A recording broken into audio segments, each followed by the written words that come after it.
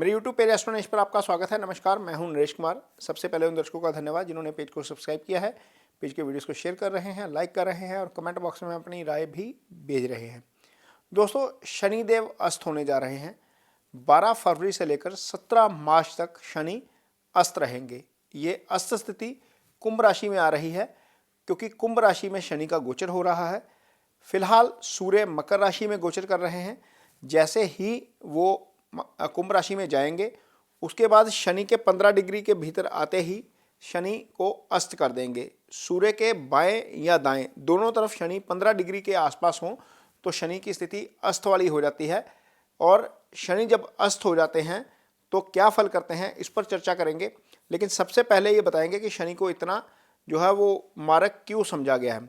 दरअसल जो हमारा सौर मंडल है वहाँ पर शनि की स्थिति बिल्कुल लास्ट में आती है। दो तरह के प्लैनेट्स हैं, एक इनर सर्कल के प्लैनेट्स हैं जिन्हें बुध और शुक्र है, जिनमें ये सूर्य के आसपास ही रहते हैं। सारी कुंडलियों में आप देखेंगे कि शुक्र और बुध सूर्य के आसपास ही रहेंगे। बाकी जो प्लैनेट्स हैं वो आउटर सर्कल के प्लैनेट हैं, उनमें मंगल, गुरु और शनि आते हैं। मंगल लगभग 45 दिन के आसपास गोचर करते हैं। गुरु का गोचर साल भर का होता है, लेकिन शनि गोचर को 2.5 साल लगाते हैं। वो इसलिए लगाते हैं क्योंकि डिस्टेंस बहुत ज़्यादा है और डिस्टेंस बहुत ज़्यादा होने के कारण शनि जो है वहाँ पर सूर्य का प्रकाश नहीं पहुँच पाता। इसलिए शनिदेव का वर्ण भी काला बताया गया है शास्त्रों में। और वहाँ पर सूर्य का प्रकाश ना पहुँच पाने के कारण वहाँ पर जीवन नहीं है, इसलिए शनि को मारक ग्रह बताया गया है। और शनि प्रबल दर्जे के मारक हैं। रोग के कारक भी इसलिए है क्योंकि वहाँ पर सूर्य का प्रकाश नहीं है। प्रोस्पेरिटी भी वहाँ पर इसलिए नहीं है क्योंकि वहाँ पर सूर्य का प्रकाश नहीं है। जाहिर है जहाँ पर सूर्य का प्रकाश जाता है वहाँ पर ही फसलें लहलहाती हैं और प्रोस्पेरिटी आती है। रोग, ऋण, क्योंकि पैसा नहीं है तो ऋण का कारक भी शनि को माना गया है। तो इतनी सारी चीज़ों के कारक शनि जब आपकी कुंडली में अस्त हो जाते हैं, और यदि कुंडली में दशा शनि की चल रही है और अस्त हो जाएं, और आपकी कुंडली में यदि शनि अस्त स्थिति में है और गोचर में भी अस्त हो जाएं तो उसका किस तरह का फल मिलेगा इस पर चर्चा करेंगे। और ये बताएंगे कि आपकी कुंडली में यदि शनि की दशा चल रही है तो उसका कैसा फल मिलेगा। तो चलिए बात करते हैं कुंभ राशि के जातकों पर शनि के अस्त होने का क्या असर पड़ेगा। कुंभ राशि के जातक इसलिए क्योंकि कुंभ राशि के जातकों के ऊपर शनि की इस समय 7.5 भी चल रही है और शनि की महादशा भी चल रही है। मैं इसलिए कह रहा हूं क्योंकि कुंभ राशि के जातक जितने भी हैं, या वो मंगल की दशा में पैदा होते हैं या राहु की या गुरु की, इन तीनों नक्षत्रों में पैदा होने वाले, इन तीनों नक्षत्रों में पैदा होने वाले तमाम युवा जितने भी प्रोफेशनल लाइफ में हैं इस समय शनि की महादशा से गुजर रहे हैं। कुंभ राशि शनि की अपनी राशि है। शनि की 7.5 से भी ये लोग गुजर रहे हैं।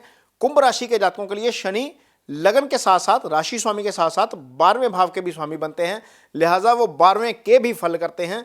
आपकी राशि के तो फल करते ही करते हैं।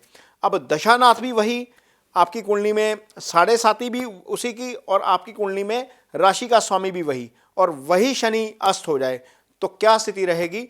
ये थोड़ा सा नेगेटिव हो सकता है आपके लिए। मैं ये डराने के लिए नहीं बोल रहा, क्योंकि इस समय रूलिंग प्लैनेट ही वही है।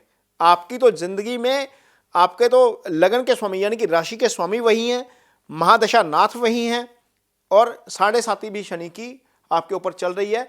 लिहाजा वहां पर आपको थोड़ा सा नुकसान इस चीज का जरूर हो सकता है जब शनि अस्त स्थिति में आ जाए। और खास तौर पर यदि आपकी कुंडली में अस्त स्थिति में है तो इन तमाम कारक तत्वों की हानि कर जाएंगे जो हमने आपको बताया है पहले। रोग, ऋण, शत्रु जो है वो सब शनि से आते हैं, और आपकी कुंडली में जितनी भी दरिद्रता है वो सारी सब शनि से आती है। ये थोड़ा सा ध्यान रखने की जरूरत पड़ेगी। 35 दिन के लिए कम से कम जरूर सावधान रहना पड़ेगा। किसी की गारंटी नहीं लीजिए। कोई व्यक्ति यदि बोलता है कि उसकी गारंटी ले लीजिए तो नहीं करिएगा। हो सकता है कि चीज़ें आपके ऊपर आ जाएं। आप अपना पार्ट जो है वो थोड़ा सा क्लियर रखें।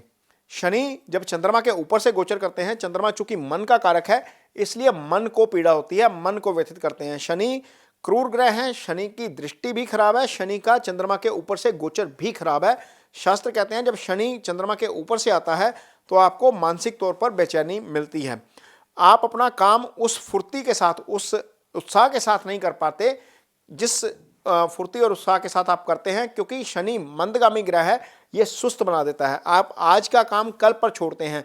जब ये स्थिति चल रही है शनि के अस्त होने की, एक दृष्टि पड़ रही है तीसरे भाव के ऊपर, जो डिटर्मिनेशन का भाव है, जो हौसले का भाव है, जो छोटे भाई का भाव है, जहां से आपको भाई का सहयोग मिलता है वहां पर शनि की दृष्टि पड़ने से आपको हो सकता है कि उन 35 दिनों के दौरान भाई के साथ समस्या भी आए, भाई की हेल्थ को लेकर भी इश्यू हो। शनि की एक दृष्टि सप्तम पर पड़ रही है, जो आपके बिजनेस पार्टनर का भी भाव है, आपके लाइफ पार्टनर का भी भाव है। वहां पर भी कहीं ना कहीं कंट्रोवर्सी हो सकती है, कहीं ना कहीं दिक्कत आ सकती है, आपसी रिलेशनशिप में दिक्कत आ सकती है, क्योंकि यहां पर सिर्फ शनि नहीं सप्तम को देखेंगे, सूर्य भी सप्तम को देखेंगे। सूर्य की एक ही दृष्टि होती है, सामने देखेंगे, तो लिहाजा आपके पार्टनर को लेकर भी थोड़ा सा हेल्थ इश्यू हो सकता है, या पार्टनर के साथ कंफ्लिक्ट वाली स्थिति आ सकती है। वहां पर आपको जरूर जो है वो सावधान रहने की जरूरत पड़ेगी। हालांकि सप्तमेश खुद सूर्य हैं, लेकिन चूंकि पाप ग्रह शनि के साथ हैं, लिहाजा पीड़ित हो जाएंगे, इसलिए भी वहां पर थोड़ी सी दिक्कत आ सकती है। शनि की एक दृष्टि रहेगी दशम भाव के ऊपर, जो कारोबार का भाव है। आप लाइफ में जितना भी काम करते हैं, जो भी कारोबार करते हैं, भले ही आप नौकरी करते हैं, फ्रीलांस का काम करते हैं, किसी के लिए काम करते हैं, कुछ भी करते हैं, सेल्फ एम्प्लॉयड हैं, तो वहीं से आता है 10वें भाव से। जब 10वां भाव शनि से पीड़ित है और शनि अस्त है, आपको उस चीज का भी नुकसान हो सकता है। यदि आपकी कुंडली में शनि खुद नेटिव कुंडली में भी अस्त हैं, आपकी अपनी कुंडली में अस्त हैं, और दशानाथ होकर वो गोचर में भी अस्त हो गए, तो निश्चित तौर पर उसके आपको नेगेटिव परिणाम देखने को मिल सकते हैं। चूंकि आप शनि के प्रभाव में हैं, शनि की 7.5 के प्रभाव में हैं, शनि की महादशा के प्रभाव में हैं, और दशानाथ अस्त हो गए हैं, लिहाजा शनि की रेमेडी आप जरूर करिए। ओम शनि शनिश्चराय नमः का जप जरूर करिए। शनि के लिए दान जरूर करिए। शनि के दान के तौर पर काली दाल उड़द की, या फिर काले तिल या लोहा दान कर सकते हैं। शनिवार शाम ये अपने नाम का संकल्प लेकर ये दान करिए। शनि का दान शाम के समय किया जाता है। यदि आपकी पोजीशन ऐसी है जहां आपके अंडर एम्प्लॉय काम करते हैं, जितनी भी लेबर क्लास है वो सारी शनि को रिप्रेजेंट करती है, वहां पर उनके साथ रवैया अपना ठीक रखिए और उनको कोई ना कोई सरप्राइज दीजिए। ये शनि के 3 बेहतरीन उपाय हैं जो आप कर सकते हैं। ये वीडियो आपको कैसा लगा, इस पर कमेंट बॉक्स में अपनी राय जरूर दीजिए। यदि ये वीडियो अच्छा लगे तो इसे शेयर जरूर करिए, पेज को सब्सक्राइब जरूर करिए। इसके साथ ही मुझे दीजिए इजाजत। नमस्कार।